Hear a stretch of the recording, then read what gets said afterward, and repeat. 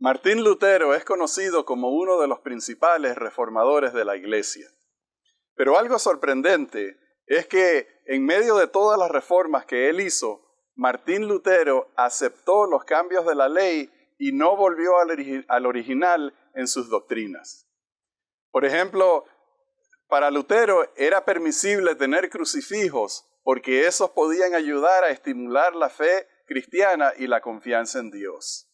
De hecho, Lutero decía que lo que era prohibido era tener imágenes de Dios, pero que estaba bien tener crucifijos, imágenes de María e imágenes de algunos santos, porque eso eran buenos recordatorios de la fe cristiana. Lutero también decía que era bueno hacerse la señal de la cruz al despertarse y al irse a dormir en la noche. Y también resulta sorprendente que Martín Lutero aceptó el cambio del día de reposo de la Iglesia romana. Pero ¿estará bien eso de que el hombre pueda cambiar la ley de Dios o que la Iglesia cristiana pueda cambiar la ley de Dios? Este es el tema que vamos a estudiar hoy. No se retiren, que ya regresamos.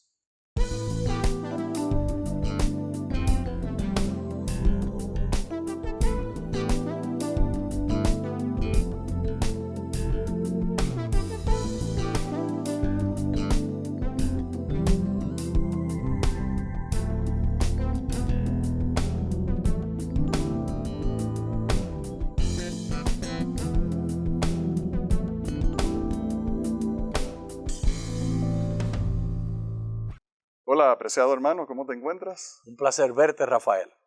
Qué gusto saber que estamos aquí para estudiar la palabra de Dios una vez más. Es una bendición, hermano. Sí. Y debemos comenzar teniendo una palabra de oración. Amén. Amante Dios, cuán agradecidos estamos que tú nos has dado el Evangelio. El Espíritu Santo, el Espíritu de Cristo está con nosotros. Pedimos, Señor, que el Espíritu de Cristo esté también con aquellos que nos están viendo. Dirígenos al estudiar. En el nombre de Jesús oramos. Amén. Amén. Amén. El tema del cambio de la ley de Dios es de gran importancia porque desde el mismo principio, para Dios la obediencia del ser humano a sus mandatos es un factor de gran importancia. De hecho, que todo el episodio de pecado en la historia del mundo comenzó por la desobediencia a los mandatos de Dios. Y la Escritura nos revela a nosotros que el tema del cambio de la ley de Dios es un tema de gran importancia porque involucra la adoración, la sumisión, la entrega, ya sea a Dios o al yo o al diablo. Y por lo tanto es de gran importancia para nosotros entender esto del cambio de la ley de Dios. Y vamos a comenzar nuestro estudio con un pasaje en el libro de Daniel. Estas 4 grandes bestias son 4 reyes que se levantarán en la tierra. Después recibirán el reino los santos del Altísimo y poseerán el reino hasta el siglo, eternamente y para siempre. Entonces tuve deseo de saber la verdad acerca de la 4ª bestia, que era tan diferente de todas las otras, espantosa en gran manera, que tenía dientes de hierro y uñas de bronce, que devoraba y desmenuzaba y pisoteaba las sobras con sus pies. Asimismo, acerca de los 10 cuernos que tenía en su cabeza y del otro que le había salido, ante el cual habían caído 3.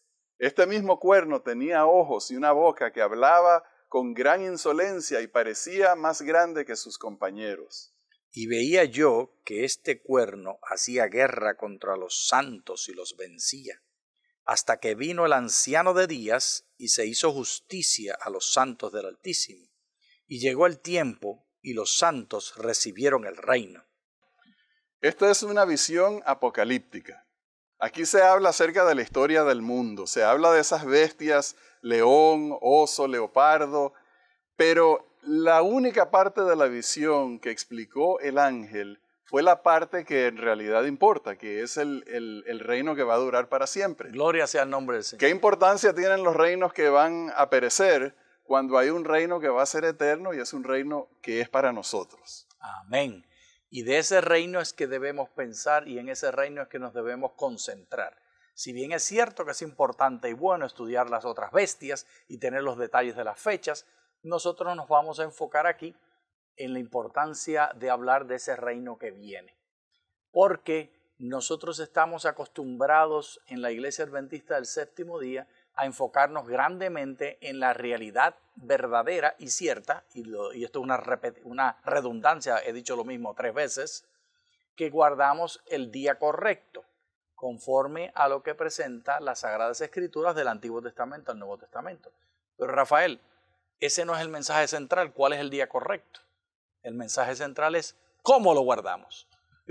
Y de eso vamos a hablar un poco más adelante. Un poquito más adelante. Ahora, Johnny, a pesar de lo que yo dije, que lo que en realidad importa es aquel reino que va a ser eterno y que es el reino de los hijos de Dios, Daniel sabía la historia de los primeros 3 reinos, pero él se preocupó por esa cuarta bestia, que es la primera vez que se introduce, y él quería saber los detalles. Porque no conocía ni entendía.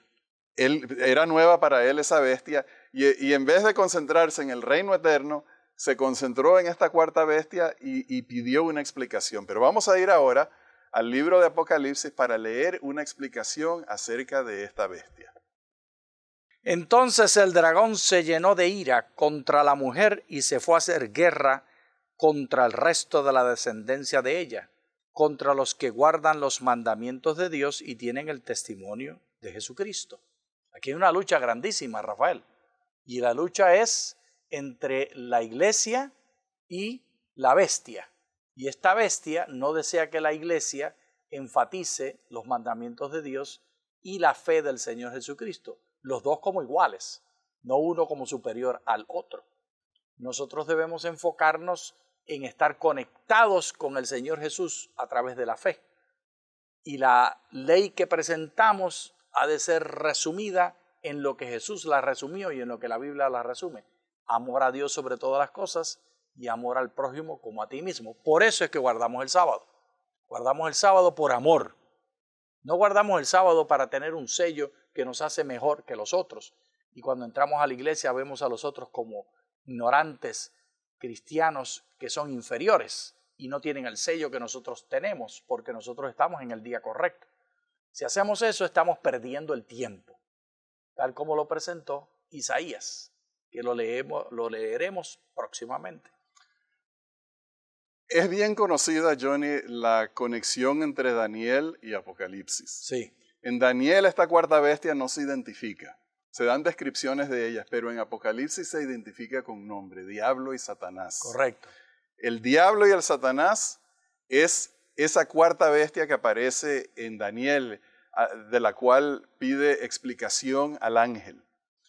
Es el diablo actuando a través de sus agentes en la tierra. Los gobiernos seculares, la Inquisición, la misma Iglesia romana, fueron instrumentos del diablo para atacar a los santos del Altísimo. Pero entonces vamos a pasar al siguiente pasaje en Daniel para seguir leyendo la explicación del ángel. Hablará palabras contra el Altísimo. A los santos del Altísimo quebrantará y pensará en cambiar los tiempos y la ley. Serán entregados en sus manos hasta tiempos y medio tiempo. Pero se sentará el juez y le quitarán su dominio para que sea destruido y arruinado hasta el fin. Y que el reino, el dominio y la majestad de los reinos debajo de todo el cielo sean dados al pueblo de los santos del Altísimo, cuyo reino es reino eterno, y todos los dominios los servirán y obedecerán. Aquí hay una declaración curiosa de que pensará cambiar los tiempos y la ley. Cierto. No hay problema en que se cambien las leyes de la tierra, porque las leyes de la tierra se cambian a cada rato. Cada gobierno cambia las leyes. Cada gobierno está haciendo modificaciones a las leyes, buscando mejoras o sencillamente persiguiendo sus propios intereses. Pero combinando este pasaje con el pasaje de Apocalipsis, encontramos que el problema se refiere, Johnny, a la ley de Dios. Correcto. Porque la ira del dragón es contra aquellos que guardan los mandamientos de Dios. Y el conflicto es con Dios. No tiene acceso a Dios ni tiene acceso al cielo, así que hace el conflicto con los que están haciendo la obra de Dios aquí en la tierra, es decir, la iglesia, los que siguen el mensaje del Señor. Ese conflicto, Rafael, es proxy. Nosotros los seres humanos somos el recipiente, pero no somos en realidad el objetivo. El objetivo de Satanás es Dios y destruir a Dios y destruir el reino de Dios. Y nosotros aquí somos los que los recibimos. Y esa realidad de esta profecía resulta ser muy importante porque se repite varias veces. Se habla ahí acerca de una guerra en contra de los santos, una persecución, la coerción para desobedecer la ley de Dios y obedecer las leyes del diablo, las leyes inventadas, las leyes cambiadas, que son falsificaciones, perversiones de la ley de Dios. Desde el mismo principio, cuando leemos en el Jardín del Edén, Satanás quería lograr que los hijos de Dios desobedecieran a Dios, ya sea en el mandato del Jardín del Edén o cualquiera de las leyes y enseñanzas que Dios ha dado, porque el diablo sabe que cuando nosotros nos apartamos de la ley de Dios, eso nos aparta de Dios, nos separa de Dios y contribuye a nuestra perdición, contribuye a la perversión del ser humano. Cierto. Y esto es tan importante para Dios y era tan importante para Cristo, que es el único pasaje de las Escrituras que Jesús recomendó leer y aprender de manera particular. En Mateo, el capítulo 24, los versos 14 y 15, están una porción de uno de los sermones del Señor Jesús acerca del tiempo del fin, donde explica esto. Y leo, Mateo 24, 14 y 15. Y será predicado este evangelio del reino en todo el mundo para testimonio a todas las naciones, y entonces vendrá el fin. Por tanto, cuando veáis en el lugar santo la abominación de la desolación anunciada por medio del profeta Daniel, el que lea, entienda. Esa es la recomendación de Jesús. Sí. Entonces los que estén en Judea huyan a los montes. Y siguen los versos 14 al 16. No vamos a leer más. El punto clave es que yo, Rafael, la iglesia adventista, tú y tu iglesia local, todos y otros cristianos también, enfatizamos la importancia de la ley de Dios y su eternidad. Pero eso, Rafael, no es el centro del mensaje. ¿Cómo lo guardamos? Es la clave. Y vuelvo a decir, lo vamos a leer en un momento en Isaías. En un momento. Pero ahora entonces vamos a ir al libro de Éxodo porque hay un par de versículos dentro de la ley de Dios que necesitamos enfatizar. El primero dice, no tendrás dioses ajenos delante de mí, no te harás imagen ni ninguna semejanza de lo que está arriba en el cielo, ni abajo en la tierra, ni en las aguas debajo de la tierra. No te inclinarás a ellas, ni las honrarás, porque yo soy Jehová tu Dios, fuerte y celoso, que visito la maldad de los padres sobre los hijos, hasta la tercera y cuarta generación de los que me aborrecen. Y hago misericordia por millares a los que me aman y guardan mis mandamientos. Este versículo, Johnny, incluimos la parte de no tendrás dioses ajenos delante de mí, porque para los judíos, en la traducción judía, esta frase, que para los cristianos es el primer mandamiento, para ellos es parte del segundo mandamiento. O sea que el primero viene antes de esta frase. Yo soy Jehová tu Dios. Este mandamiento es clave, Johnny, porque eliminar este mandamiento de la lista de los mandamientos de Dios hace desviar la atención del cristiano, del ser humano, de la persona de Dios, para entonces dar cabida a sus propios intereses, pero el interés del diablo es para darle cabida a poner otros dioses en lugar del verdadero Dios del cielo. Y todos esos dioses, Rafael, son en realidad representaciones del egoísmo humano. Finalmente, la lucha y el conflicto es que el diablo quiere convencernos que nosotros somos iguales a Dios y que nos convertiremos en Dios y que por lo tanto debemos servirnos a nosotros mismos y no tener intereses ni preocupación por lo que Dios quiere o por lo que Dios exige o por lo que Dios desea, incluyendo el día correcto y tampoco incluyendo la forma correcta que Él recomienda de adorarle. En los tiempos antiguos existían esos dioses que rodeaban al pueblo de Israel. Dioses de todo tipo, dioses que exigían sacrificios humanos, dioses que incluían prácticas de inmoralidades sexuales una cantidad de dioses falsos que el diablo quería introducir en Israel para descarrilar, para desviar la atención de los hijos de Dios a Dios. Hoy en día no tenemos esos dioses, Johnny, pero esos dioses han sido sustituidos por otros dioses que son los dioses populares de esta época, la política, los partidos políticos, el deporte, los juegos, el trabajo, la fama, el poder, la música, la droga. Esos son los dioses que el diablo ha puesto en el camino de los hijos de Dios para tomar el lugar del verdadero Dios. Y es muy correcto, Rafael.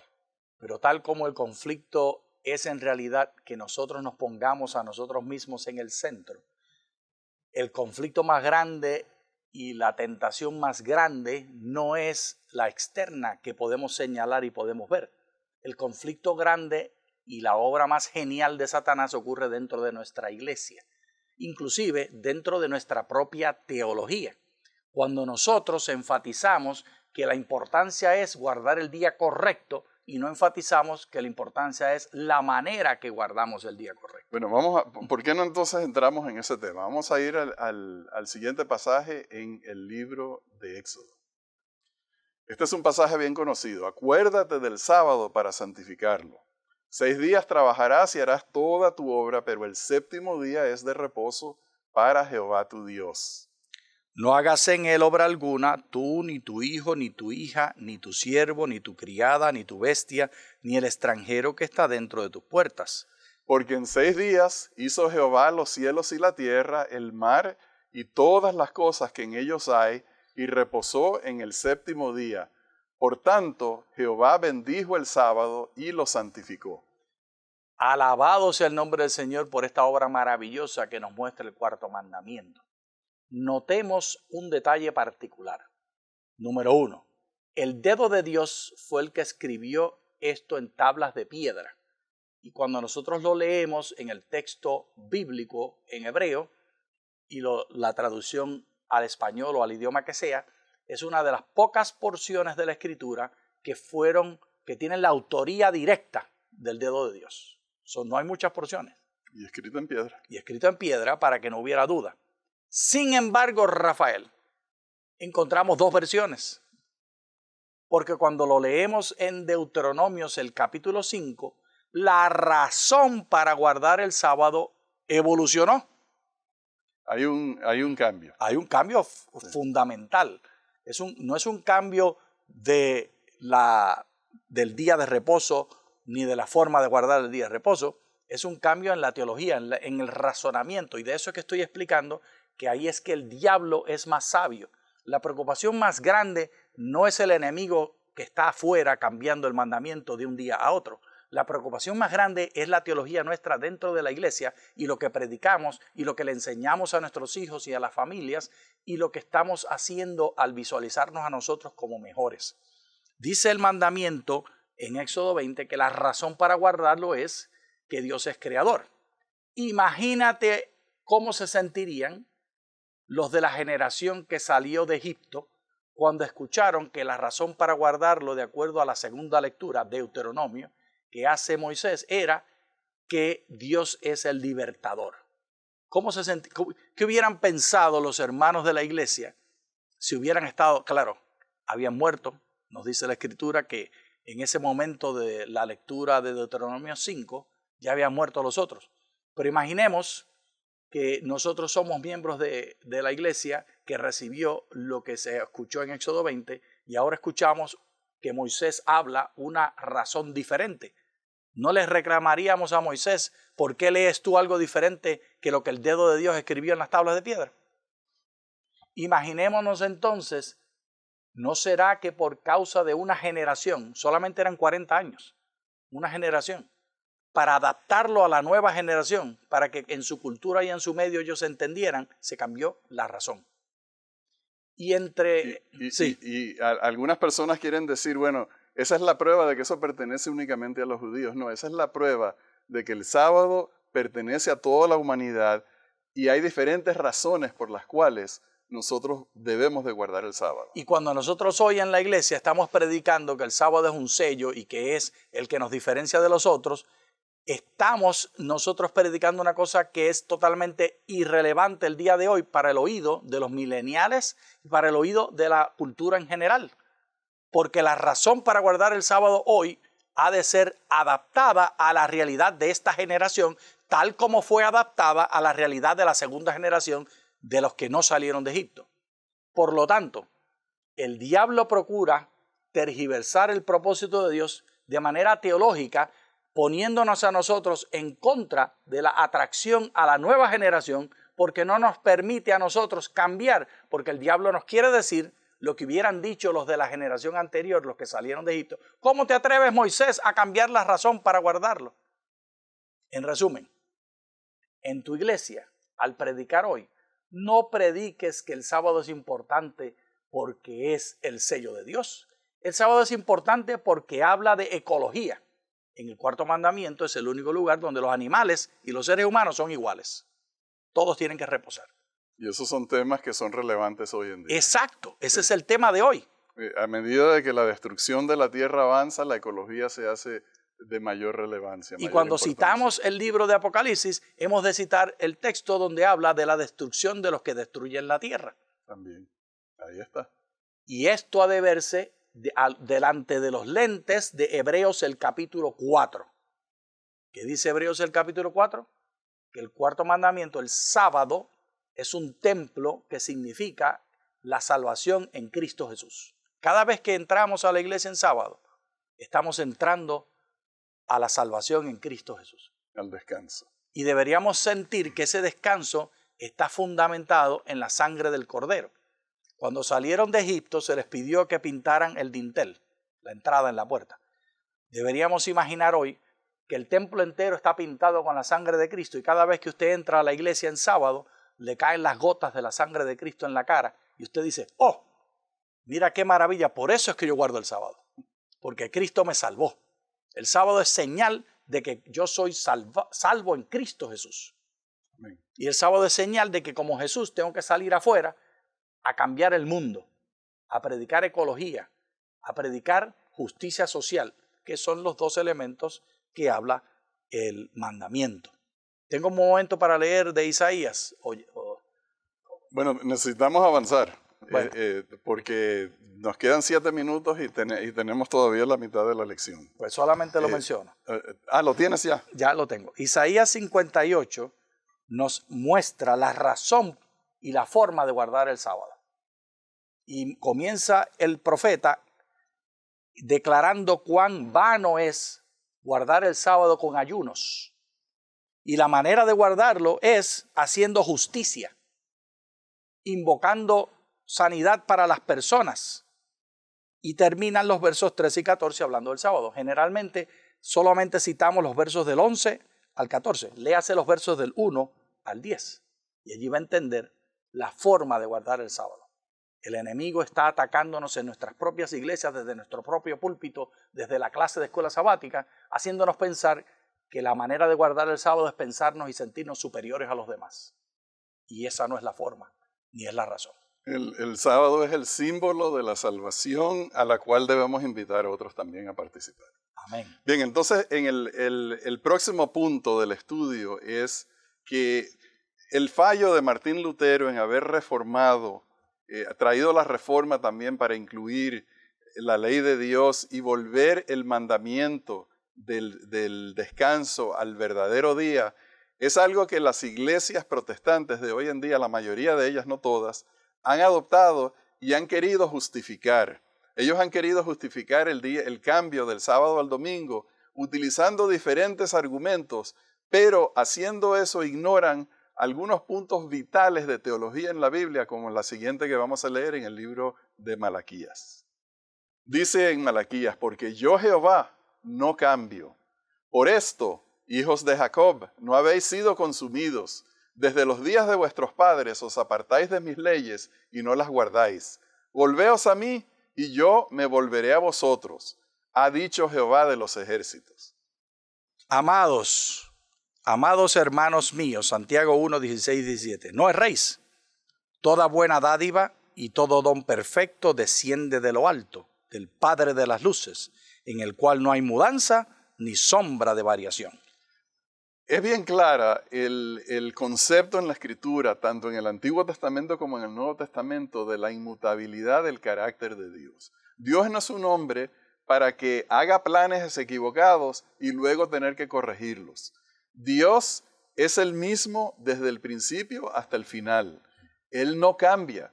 Y gloria a Dios que Dios no cambia, porque la razón por la cual nosotros podemos tener confianza en la salvación, Johnny, es porque la promesa de Dios del perdón de los pecados y la recepción de los pecadores al seno de Dios nunca va a cambiar. Especialmente a la luz de todas nuestras caídas y de todas nuestras inconstancias. Cuando venimos a Cristo, tenemos la seguridad, por ese carácter que no cambia, de que Él nos recibe. Y precisamente porque no cambia, cambia. Por eso fue, porque su misericordia no cambia, cambió la presentación del cuarto mandamiento de una generación que salió de Egipto a la generación que iba a entrar en Canaán, en Palestina. El mismo sentido de que Dios no cambia hace que Él cambie las presentaciones de su verdad eterna. Y la versión del cuarto mandamiento que debíamos usar está basada en ese cambio. ¿Cuántos de ustedes tienen un asno, un burro en su casa, como el mandamiento habla? ¿Cuántos tienen esclavos? Ninguno. Hay que cambiar la presentación. Por eso es que nosotros tenemos que traerlo al presente. Entonces no seremos más irrelevantes y traeremos atención a la generación que se preocupa por el ambiente, que se preocupa por la justicia. Y nosotros todavía estamos empeñados en un sello que nos hace mejores que los demás. Bueno, vamos a leer un último pasaje en Isaías que nos habla acerca, así como Dios no cambia, tampoco cambian sus designios. Dios estableció en el jardín del Edén el reposo sabático y lo vemos de nuevo en su nueva creación. Isaías. Porque como los cielos nuevos y la nueva tierra que yo hago permanecerán delante de mí, dice Jehová, así permanecerá vuestra descendencia y vuestro nombre. Y de mes en mes y de sábado en sábado vendrá todos a adorar delante de mí, dice Jehová. Qué bendición, Johnny.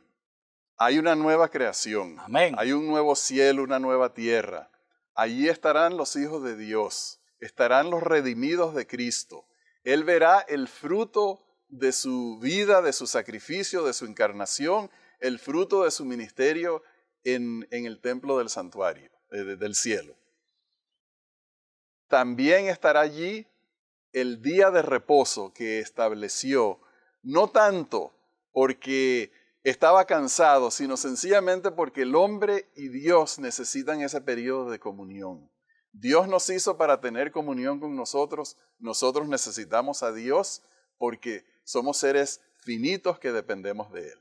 Gloria sea el nombre de Dios. Yo estoy esperando esta fiesta de la cual habla Isaías. Y esa ha de ser la preocupación de cada uno de nosotros. Estar listos para pasar a esta fiesta eterna, donde mes en mes, sábado en sábado, estaremos adorando a nuestro Dios. ¿No te da ansiedad por estar en ese momento, Rafael? Por supuesto, uno lee las descripciones de ese pasaje de Isaías, son descripciones que le levantan a uno el deseo de ver ese día ya. Yo quiero que la venida de Jesús ocurra ya. Ven, Señor Jesús. Que el Señor Jesús venga más temprano, antes de lo que nosotros esperamos, que nos sorprenda agradablemente, que ocurran todas las señales que tienen que ocurrir, la predicación del Evangelio a todo el mundo y que el Señor Jesús pueda venir ya para cumplir todas las promesas que Él nos dejó. Y que la novia se pueda casar con su novio. Y el banquete que viene después de todo eso. Aleluya. Amén. Bien, apreciados hermanos, ya llegamos al final de este estudio sobre el cambio de la ley. No hay tal cambio de la ley de Dios permanece para siempre. Dios les bendiga abundantemente. Muchas gracias.